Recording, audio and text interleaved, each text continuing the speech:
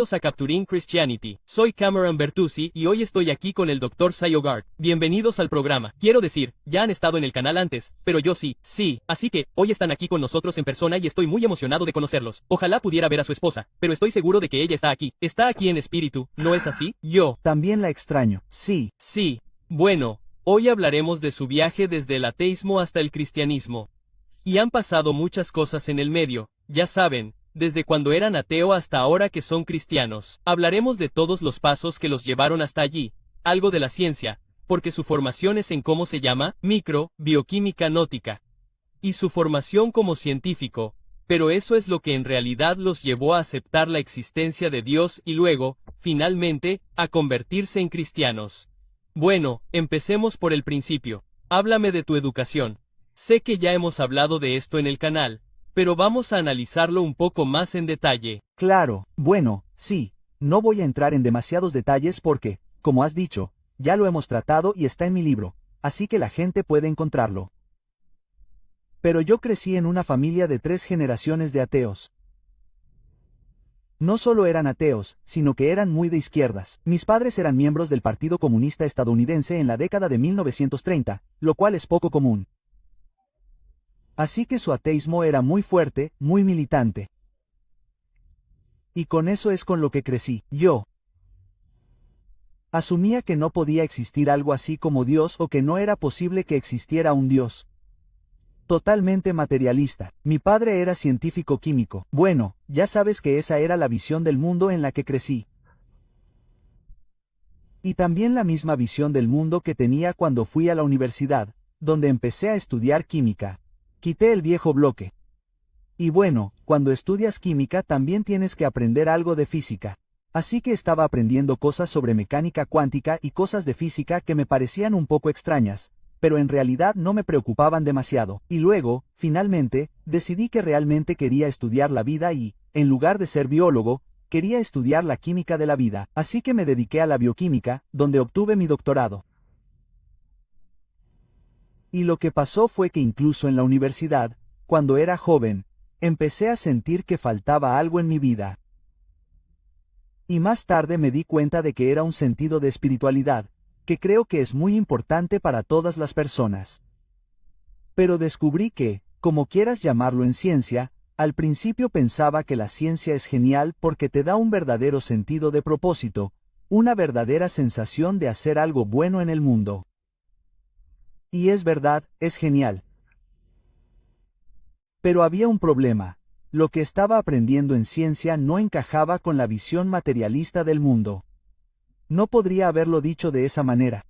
Simplemente sentí, por ejemplo, en la escuela de posgrado, aprendí sobre el proceso por el cual se fabrican las proteínas en las células. Y ese es un proceso muy complejo que implica una enorme cantidad de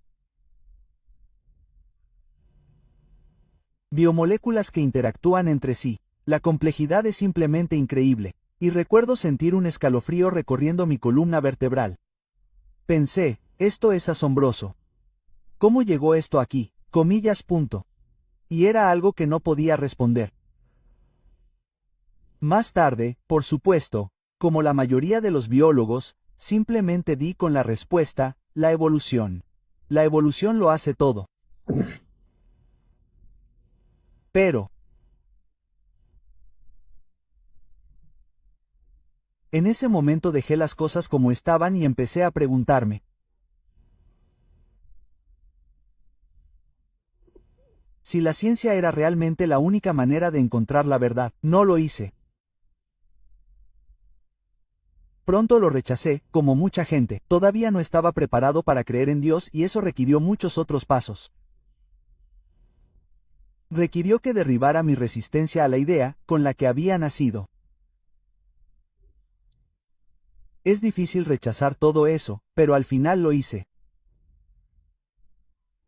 ¿Hubo algún factor externo que te ayudara a abrirte? Sí. Adiós. Por supuesto. Un amigo me llevó a una iglesia y, eso fue cuando todavía eras ateo. Sí, y yo, bueno, quizá para entonces era un poco agnóstico, no estaba muy seguro. Así que llegaste al punto del agnóstico por tu cuenta. Eso fue todo por mi cuenta, y eso se debía a la ciencia que estaba aprendiendo, porque la ciencia que estaba aprendiendo no apoyaba un ateísmo estricto, no apoyaba un materialismo estricto, vale, y eso proviene de la teoría cuántica y del efecto observador y de todo tipo de cosas en física. Pero también provenía de lo que estaba aprendiendo en bioquímica y sobre cómo funciona la vida, ¿verdad? Simplemente parecía que decir que la evolución lo explica todo en la vida era demasiado simplista, era demasiado fácil, no me parecía suficiente. Es interesante porque he oído a muchos científicos, incluso a Peter Atkins, decir que Dios es como una explicación perezosa y tú dices que la evolución es como una explicación perezosa. Bueno, ya sabes, en ese momento yo también habría dicho que Dios era una explicación perezosa. No tenía ni idea de cuál era la explicación. Realmente no sabía qué era Dios. No entendía mucho sobre Dios. Pero sí, creo que la evolución puede explicar muchas cosas. Pero hay algunas cosas clave que no puede explicar, como el origen de la vida, y esa no es mi opinión. Eso es algo muy... Darwin dijo lo mismo. Richard Dawkins dijo lo mismo. Sí. El proceso de evolución que llamamos evolución darwiniana o evolución biológica no trata en absoluto el origen de la vida. Bueno, ya profundizaré un poco más en eso, creo. Pero los factores externos que me ayudaron fueron, como he dicho, ir a una iglesia por primera vez y ver algo que no esperaba en absoluto. Pensaba que cuando entrabas en una iglesia, lo primero que pasaba era que el cura o el pastor empezaba a gritarte, ya sabes, diciéndote que eras un pecador y que irías al infierno. ¿Dónde sacaste esa impresión? Bueno, esa es la impresión que tuve yo cuando era niño, ¿sabes? De quien lo hizo bien, puede que sea una época diferente, pero... Lo fue una época diferente, pero también lo fue, por cierto, todavía no ha terminado. Quiero decir, allí todavía encontrarás ateos hablando de, ya sabes, los horrores del cristianismo y cómo ellos y cómo, ya sabes, la gente no hace nada más que arrojarte al infierno todo el tiempo y a lagos de fuego y pecado. Y yo me sentí, ya sabes, muy nervioso y lo fue. ¿Y tu experiencia no fue nada parecida a eso? No, era una iglesia católica dirigida por franciscanos y el sacerdote dio un sermón sobre el amor. El amor, punto. No, ya sabes, amar a Dios, sino simplemente amarnos los unos a los otros. Y pensé que esto era muy suave. Ya. Sabes, creo que me han mentido. Así que en ese momento investigué un poco más sobre esto. Todavía no era teísta, pero empecé a mirar la Biblia por primera vez. El Antiguo Testamento me dejó un poco frío, realmente no pude adentrarme en él, no lo entendí mucho. Pero leí el libro de Mateo y leí el libro de los Hechos y los encontré muy conmovedores. El libro de los Hechos me pareció historia real. No tenía ninguna, estaba seguro de que no era algo que nadie se hubiera inventado, simplemente no encajaba. Así que eso me hizo pensar y luego, ya sabes, aprendí más y más y, como hablo en mi libro, no voy a entrar en detalles ahora, tuve varias experiencias, incluidos algunos sueños y una experiencia de vigilia que tuve que atribuir al Espíritu Santo. Y en ese momento, después de muchos años, por cierto, estoy comprimiendo 2 décadas en esta discusión. Pero en ese momento me di cuenta de que el cristianismo es verdadero y que Cristo era real y que vivió, murió y resucitó. Y me hice cristiano. Quiero centrarme en una parte de tu historia, pero también quiero hacer una especie de comentario general sobre, a veces veo a ateos decir cosas como, bueno, ahora es como que esa es la razón por la que se hizo cristiano, y luego, por lo general, señalan algo malo que sucedió o, ya. Sabes, esta es una mala razón para convertirse en cristiano, pero en tu caso, y creo que en muchos casos, probablemente en la gran mayoría de los casos, se trata de una multiplicidad de cosas diferentes que, juntas, ya sabes, se han ido acumulando y acumulando a lo largo de muchos años. Dijiste que estás comprimiendo en una historia de, ya sabes, 5 minutos algo que te sucedió en el transcurso de 20 años. ¿Verdad? Y, obviamente, estás dejando cosas fuera y no puedes captar la sensación de que todas estas cosas se acumulan y conducen a este gran cambio de paradigma en tu pensamiento y tu visión del mundo. Pero eso es justo lo que quería decir, que hay muchas cosas sucediendo. Oh, sí, en tu historia y todas funcionan juntas. Como si comenzara, ya sabes, del ateísmo al agnosticismo basado puramente en la ciencia y luego tuviste estas otras experiencias y todo se unió. para llevarte a Cristo. Bueno, ese es un punto que quiero plantear y el segundo punto era volver a centrarnos en un área que realmente te hizo considerar dejar el ateísmo y entiendo que esa es una biogénesis. Esa es una de las cosas principales. Cuéntame más sobre eso. ¿Cómo te acercó más al cristianismo y al teísmo esa investigación? Bueno, es interesante porque la abiogénesis es un campo de investigación muy activo y la gente lo está analizando muy intensamente de varias maneras. Yo mismo he hecho un poco. Pero, ¿has publicado algo? Sí, tengo un artículo publicado y otro que está a punto de ser aprobado, ambos sobre el mismo tema, del que hablaré en un segundo. Pero, como mencioné, la abiogénesis nadie cree que tenga nada que ver con la evolución estándar. La idea general entre los científicos de todos modos y las ideas de los ateos que no son científicos no merecen ser discutidas. Pero la idea científica general es que la vida comenzó a través de lo que se llama evolución química. Y la evolución química es muy diferente de la evolución biológica porque no hay selección natural ni replicación ni mutaciones. Sí. La evolución química es cuando tomas sustancias químicas, las juntas y reaccionan o de alguna manera son capaces de hacer cosas solo sobre la base de la química, sin ninguna mutación, sin ninguna replicación y sin ninguna selección natural. Y eso es bastante difícil de hacer. Jim Tour, que está en este barrio, ha dicho a menudo, con bastante firmeza y acierto, que las personas que dicen que casi hemos resuelto tantos problemas en la biogénesis que casi lo hemos logrado, simplemente están equivocadas. Lo dice con un poco más de firmeza que yo. Estaba escuchando algo con él el otro día, pero tiene razón. Así que es muy contundente. Sí, es contundente, pero tiene razón. Y sé por qué se frustra a veces porque es químico, un muy buen químico, y sabe mejor que nadie que así no es como funciona la química. La química, ya sabes, no hace las cosas por ninguna razón. La vida hace las cosas debido a la selección natural, quizá, o debido a la forma en que funciona la vida. Y puedes tener evolución, pero no puedes iniciarla. Y empecé a pensar en esto hace años. Especialmente en relación con uno de mis intereses, que es cómo funciona el ADN codificando la existencia de proteínas que causan la vida. Y, ya sabes, Stephen Meyer ha escrito sobre esto en La firma de la célula, y en su último libro, El retorno de la hipótesis de Dios, también habla un poco sobre ello. Pero yo me estaba centrando en un aspecto específico que es fundamental para el origen de la vida, para el origen de la evolución, y es la precisión de la autorreplicación, porque nada en el universo se autorreplica con precisión, salvo las células vivas. Ningún producto químico se autorreplica. Ninguna máquina se autorreplica. Los cristales no se autorreplican.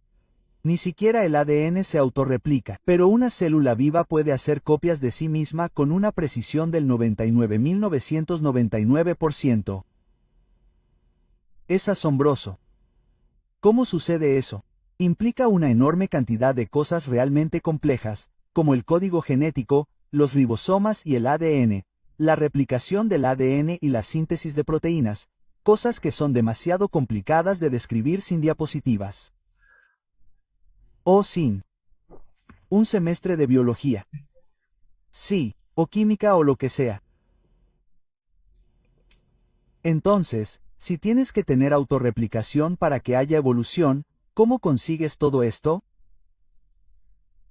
¿Cómo llegó esa autorreplicación allí? Sí. No podría haber evolucionado porque no hay evolución. Y eso es lo que he estado estudiando y sobre lo que he publicado recientemente. Bueno, el hecho es que, de hecho, como supuse, usando varios modelos, o no voy a entrar en eso, hay umbrales, y si no empiezas con una célula que ya sea bastante buena en la autorreplicación precisa, no puedes hacerlo. Nunca obtendrás células vivas, y nunca lograrás que la evolución avance. Y, como dije, eso se publicó en una revista teórica. Vale. Entonces, primero tienes que obtener la célula para que se desarrolle y se produzca alguna evolución. Pero para llegar a ese punto, para llegar a la primera célula, necesitas demasiadas cosas. Ese es el tipo de... Sí, necesitas demasiadas cosas que son demasiado difíciles de explicar solo mediante la evolución química. Entonces, ¿cuál es el consenso científico actual? ¿Ese es el consenso científico actual sobre la biogénesis? Depende de con quién hables. Si hablas con gente que no trabaja en este campo, muchos te dirán, oh, sí, lo estamos logrando, hemos avanzado mucho. Sabemos que los aminoácidos estaban en los meteoritos, así que probablemente se desarrollaron o formaron en la Tierra primitiva. Sabemos que los nucleótidos pueden formar polímeros largos con ARAN. Sí, todo eso es cierto. Pero las personas que son líderes en estos campos conocen los detalles y los detalles son exactamente lo que dice Jim Tour. Eso no sucede. No se obtienen polímeros largos, se obtienen polímeros cortos. No se obtiene autorreplicación, se obtiene análisis, se obtiene basura en lugar de cosas buenas. Eso es lo que saben. Y, francamente, creo que muchos de ellos se están desanimando. Parece que no se ha avanzado mucho. De hecho, muy poco y la cantidad de problemas no para de aumentar. Entonces, ¿cuál fue la alternativa a la que llegaste? Bueno, pues no lo sé. No sabía. ¿Qué? Pensé que faltaba algo y... Así fue como esto afectó mi camino hacia la fe, que lo rompió y ayudó a derribar esta certeza absoluta de que todo es explicable por la ciencia materialista. Vale, pero no sabía cuál era la respuesta, ¿verdad? Una vez que me hice creyente y empecé a pensar, bueno, Dios es el creador del universo, pero también dije que no solo del universo, sino que también es el creador de la vida y el creador de los seres humanos, todo lo cual no se puede explicar por ningún otro medio. Pero, ¿cómo lo ves? Esa es mi pregunta porque saber que Dios me hizo algo no es suficiente. Quiero saber un poco más de detalles. No sé si puedo, no sé si alguien podrá aprenderlo o entenderlo porque no sabemos cómo obra Dios, ya sabes, obviamente. Pero quiero seguir observándolo y quiero seguir, ya sabes, investigando varias hipótesis. No creo que debamos dejar de hacer investigación científica sobre el tema, pero creo que tenemos que ser abierto. Y puede ser que la biología esté en el mismo lugar en el que estaba la física antes de que Einstein inventara la relatividad. Estaban un poco estancados. Sí, habían resuelto todo excepto esa cosa desagradable llamada luz que nadie podía entender. Y cuando Einstein resolvió la luz mediante la relatividad, cambió la física para siempre. Y resultó que la física no estaba ni cerca de ser completa. Y ahora estamos en una posición en la que, ya sabes, tenemos una enorme cantidad de conocimiento adicional que hace que la imagen física del universo sea totalmente diferente de lo que pensábamos originalmente, y creo que la biología está exactamente en el mismo lugar ahora mismo. Necesitamos ampliar nuestras herramientas. Necesitamos incluir nuevos conceptos en nuestros estudios de biología. Y no soy el único que dice esto. Incluso hay algunos no teístas que lo dicen, y uno de esos conceptos puede ser la teología, el propósito. Quizás tengamos que devolver el propósito a las ecuaciones científicas, que se ha eliminado desde Darwin. Toda la idea de la evolución es ciega, ¿verdad? El relojero ciego. No tiene dirección, no tiene propósito. Bueno, la dirección que saber que está mal. Simon Conway Morris ha demostrado que la evolución tiene una dirección. A través de sus asombrosos estudios sobre el ave de pizarra y otras cosas, ha demostrado que existen limitaciones. La evolución no hace cualquier cosa, solo hace ciertas cosas, y las hace una y otra vez. Así que hay una dirección allí. Hay leyes que parecen gobernar lo que realmente puede suceder. No todo es casualidad. Tenemos que averiguar cuáles son esas leyes y de qué tratan. Y aquí es donde creo que la filosofía se vuelve muy importante, porque los científicos no son buenos para averiguar cuál es la base de la ciencia. Una vez que hacen un descubrimiento y encuentran la ley, bien, pueden escribir una ecuación y convertirla en una ley. Pero muchas veces hace falta pensar un poco y aplicar nuevos enfoques. Quiero decir que Einstein tuvo que utilizar un enfoque matemático completamente diferente para llegar a donde llegó. Creo que vamos a tener que hacer lo mismo. Y creo que lo que encontraremos es que esos nuevos enfoques, incluyendo algo como la teología, apuntarán incluso más de lo que lo hacen ahora a un ser divino, a un diseñador divino. Así que quiero hacer una visión general de tu recorrido. Te encontraste con estas cosas diferentes en la ciencia y hagamos un rápido resumen de ellas. La biogénesis, la mecánica cuántica. ¿Hubo algo más que realmente te llamara la atención? Bueno, el argumento del ajuste fino. El argumento del ajuste fino. Vale, de verdad, aprendí sobre eso más tarde. Pero sí, definitivamente fue otro. Bueno, esas fueron algunas de las cosas científicas. ¿Hubo algo más científicamente que? Bueno, en realidad hay muchas otras cosas allí. Algunas de ellas no son muy conocidas. Pero, la idea de que hay mucho en la física que no se sabe y es muy sorprendente. Y los propios físicos, algunos de ellos, se están poniendo un poco nerviosos porque parece que el CERN, por ejemplo, el colisionador del CERN, no ha dado los resultados que la gente esperaba. Se han descartado muchas teorías. No puedo ir en detalles porque no soy físico y, bueno, esto es solo lo que estoy leyendo. Y hay otras partes de la biología que sugieren increíblemente algo que va más allá de lo que podemos entender, incluyendo la conciencia, incluyendo el comportamiento humano. Quiero decir, la idea de que la evolución, ya sabes, la evolución darwiniana por selección natural explica por qué, ya sabes, tenemos moralidad o explica por qué somos creativos o nos encanta la música. Eso es una tontería. Ni siquiera es científico. Son historias. Vale. Entonces, ¿qué nos hace humanos? ¿Qué significa ser a imagen de Dios? Bueno, tenemos una sensación, ¿verdad? Todo el mundo tiene la sensación de que los seres humanos no son solo animales inteligentes. Algunas personas lo niegan, y yo nunca, ni siquiera como ateo, he estado de acuerdo con esa visión. Siempre supe que los seres humanos eran de alguna manera especiales, muy especiales. No sabía por qué. No sabía de dónde venía, pero ahora creo que sí. Así que ese fue un resumen de la ciencia que te llevó hacia el teísmo. Pero, ¿qué hay de lo que mencionaste? Hubo varias experiencias diferentes que tuviste en la iglesia, sueños y todo eso. ¿Cuál fue la que realmente te llamó la atención y que contribuyó a que finalmente aceptaras que el cristianismo es verdad? Bueno, puedo contarte sobre uno de los sueños. Hubo dos principales que creo que involucraron la intercesión del Espíritu. ¿Estabas investigando en ese momento? ¿Leías mucho las Escrituras? ¿Rezabas mucho? En él. Primero, ni siquiera pensaba en el cristianismo o en las creencias. Era agnóstico, creo que no sabía lo que estaba pasando. Vale, y no entendí el sueño en absoluto cuando lo tuve. Y fue un sueño muy aterrador porque no me gustan las alturas. Estaba colgando del borde de un acantilado, aterrorizado. No sabía qué hacer. Y no podía subir. Me agarraba con mis manos.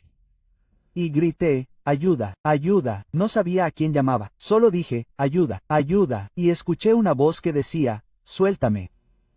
Y dije, ¿qué? Me caigo. Y la voz dijo, suéltame.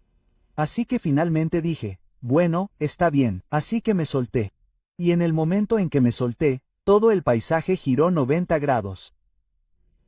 Y en lugar de colgar de un acantilado, estaba tirado en el suelo.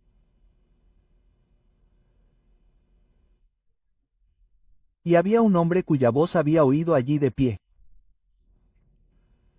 Ese era el hombre que dijo que me soltara. Me desperté y pensé, wow, ¿qué ha sido eso? No sabía a qué se refería con eso de que me soltara. No sabía quién era. Y luego, por supuesto, descubrí que, por supuesto, el hombre era Jesucristo. Y de lo que tenía que soltar. Era de todo el bagaje que había en mi vida y que me impedía, que me bloqueaba por completo, incluso considerar la idea de un Dios. Y finalmente me deshice de todo eso. Vaya, eso es una locura. ¿Mencionaste otro? El otro fue más tarde y el otro, era que ya estaba pensando en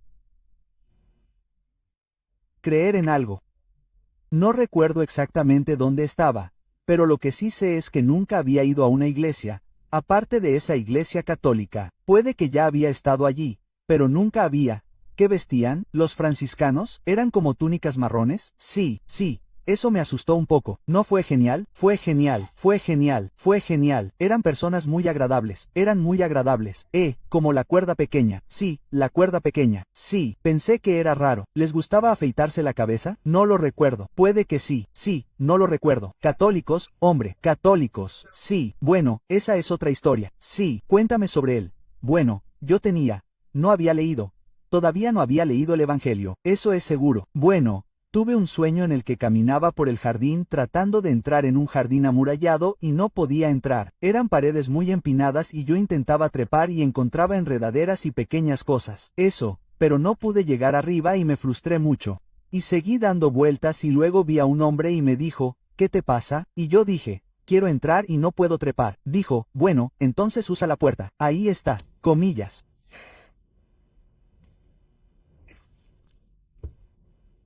Así que entré, abrí la puerta y entré, y allí estaba el jardín. Y más tarde, cuando estaba en la iglesia, creo que la primera vez que fui a la iglesia de la que ahora soy miembro, había una imagen de Jesús llamando a la puerta. Pero nunca había oído que llamaran a la puerta y que, ya sabes, si llamas, se te abrirá. Eso era algo que todavía no había leído, pero lo soñé. Así que eso tuvo un gran efecto en mí, como puedes ver. Sí, estoy a punto de empezar a animarme. Sí. Quiero decir, no creo que haya mucho más que cubrir en esta breve entrevista, pero sí. ¿Hay algo que te gustaría dejarle a la audiencia antes de terminar? Sí, creo que tengo un mensaje principal. Creo que fui llamado, como muchos de nosotros, a dar un mensaje a las personas que están cuestionando su fe, especialmente si la están cuestionando debido a la ciencia. Y esa es la razón por la que escribí mi libro, es la razón por la que escribo, artículos. La ciencia y la fe cristiana no están en absoluto en conflicto. Entiendo que las personas que crecen en la fe ocasionalmente la perderán por varias razones, pero una de esas razones nunca debería ser la ciencia. ¿De acuerdo? Porque la ciencia no es anticristiana. La ciencia no es atea.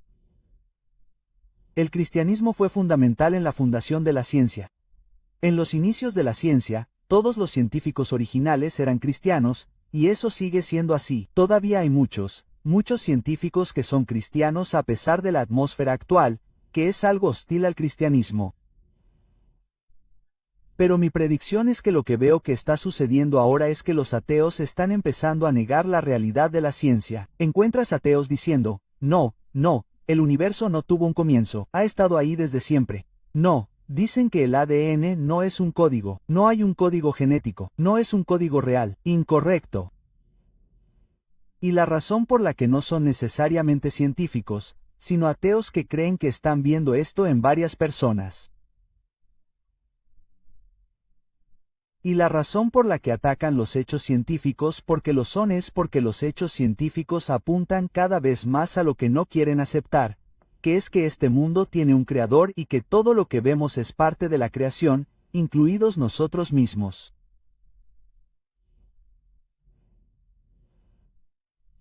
Así que si te dicen que tienes que elegir entre la ciencia y tu fe cristiana, recházalo. Quien te haya dicho eso está equivocado. No es verdad. Lo que es verdad es el cristianismo.